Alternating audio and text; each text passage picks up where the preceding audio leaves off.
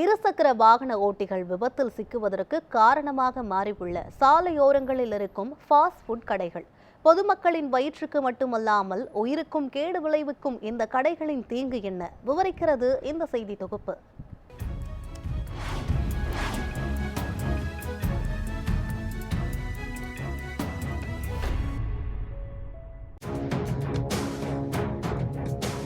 இப்போதெல்லாம் சென்னையின் சாலைகள் எப்படி பரபரப்பாக காணப்படுகிறதோ அதைவிட அதிகமாக சாலையோரங்களும் பரபரப்பாகவே காணப்படுகின்றன.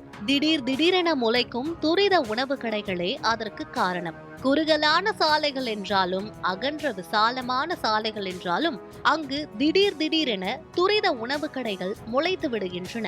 வயிற்று பசியை போக்குவதற்காக இவை உருவாக்கப்பட்டது என்று பார்த்தால் வயிற்று எரிச்சலுக்கு தான் காரணமாகிறது. ஃபாஸ்ட் ஃபுட்களில் போடப்படும் அஜினமோட்டோக்கள் கேடு விளைவிப்பவை என்றால் இந்த கடைகள் உயிருக்கே கேடு விளைவிப்பதாக பொதுமக்கள் கவலை தெரிவிக்கின்றனர். டிராவலிங்ல போற டைம் அதுல இருந்து வர ஸ்பைசஸ் எங்களுக்கு டிரைவ் பண்றது கஷ்டமா இருக்கு.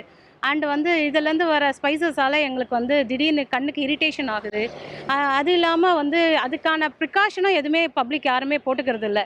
ஸ்பெஷலி கூலர்ஸோ இல்லை ஹெல்மெட்ஸில் ஏதாவது ஸ்பெஷலாகவோ போட்டுட்டு போனால் கொஞ்சம் அவாய்ட் பண்ணலாம். அதுக்கேற்ற மாதிரி ஹோட்டல்ஸில் இருக்கவங்களும் பப்ளிக் ட்ராவலிங் ஏரியா இங்கே அதுக்கேற்ற மாதிரி நம்ம ஏதாவது கிச்சன்ஸ் அரேஞ்ச்மெண்ட்ஸ் பண்ணிக்கணும்னு யோசிக்கணும். அவங்களும் பப்ளிக்கை பற்றி எந்த யோசனையும் இல்லாமல் ஃப்ரைட் ரைஸு இந்த ஐட்டம்ஸ் எல்லாம் ஓப்பன்லேயே வச்சு குக் பண்ணுறதால தான் இந்த மாதிரி ட்ராவலிங்கில் இருக்கிற டூ வீலர் டிரைவர்ஸ் ரொம்ப அஃபெக்ட் ஆகுறாங்க. அது அவங்களும் எங்களை பற்றி யோசிக்கணும், நாங்களும் அவங்கள பற்றி யோசிக்கிற மாதிரி யூஸ்ஃபுல்லாக இருக்குது. எனி டைமும் சாப்பிட்லாம்.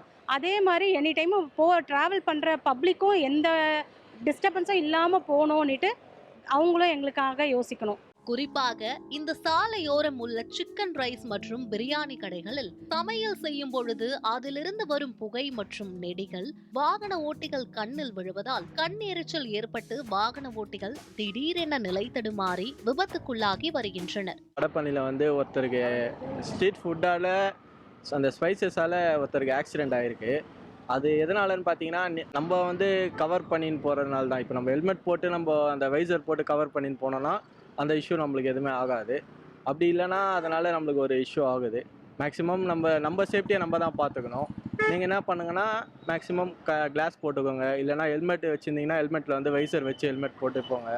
அது ஒரு ரோட் சேஃப்டியாகவும் இருக்கும். அந்த ஃபாஸ்ட் ஃபுட் கடைங்களே நம்ம கண்டிப்பாக எடுக்க முடியாது. அதனால தான் இப்போது பாதி பேர் இருக்காங்களே. சென்னையில் ஒரு புறம் காற்று மாசு அதிகம் இருந்தாலுமே மற்றொரு புறம் இந்த உணவகங்களில் இருந்து வரும் தேவையற்ற அமில புகை மாசுபாட்டை கூட்டுகிறது. அதோடு மட்டுமின்றி இவை காற்றின் மூலம் பறந்து வாகன ஓட்டிகளின் முகங்கள் மீது வீசி விபத்துகளையும் ஏற்படுத்தி வருகிறது. இது போன்ற விபத்துகளை குறைக்க சாலையோர கடைகளில் முறையாக உணவு தயாரிக்கப்படுகின்றனவா என்பதை அதிகாரிகள் ஆய்வு செய்ய வேண்டும். இல்லையெனில் சாலையோர கடைகளை அப்புறப்படுத்த வேண்டும் என வாகன ஓட்டிகள் கோரிக்கை வைத்துள்ளனர். சாலை ஓரம் இருக்கக்கூடிய உணவகங்களில் பிரியாணி, சிக்கன் ரைஸ் போன்ற உணவுகள் சமைப்பதால் அதிலிருந்து வரக்கூடிய புகை மற்றும் நெடிகள் இருசக்கரம் வாகனத்தில் செல்லக்கூடியவர்கள் கண்களில் விழுவதால் அவர்களுக்கு எரிச்சல் ஏற்பட்டு அதில் விபத்தில் தான் முடிகிறது. இதனால் இருசக்கர வாகனம் ஓட்டுநர்கள் தரப்பில் இருந்து அவர்கள் கூறியது சாலை ஓரம் இருக்கக்கூடிய அனைத்து உணவுகளும் அரசு சார்பால் முடக்க வேண்டும் மற்றும் அவர்கள் பாதுகாப்பை கருதி அதாவது வைசர் போன்ற தலைக்கவசம் அணிவித்து மற்றும் அவர் கண்களின் பாதுகாப்பை கருதி இருசக்கரத்தில் செல்லும் போது கண்ணாடி போன்றவற்றை பயன்படுத்தி செல்ல வேண்டும் என்று வாகன ஓட்டி சார்பில் தெரிவித்திருக்கிறார்கள். நியூஸ் 7 தமிழ் செய்திகளுக்காக ஒளிப்பதிவாளர் விக்ரமுடன் செய்தியாளர் ஹரிஷ் மனோ.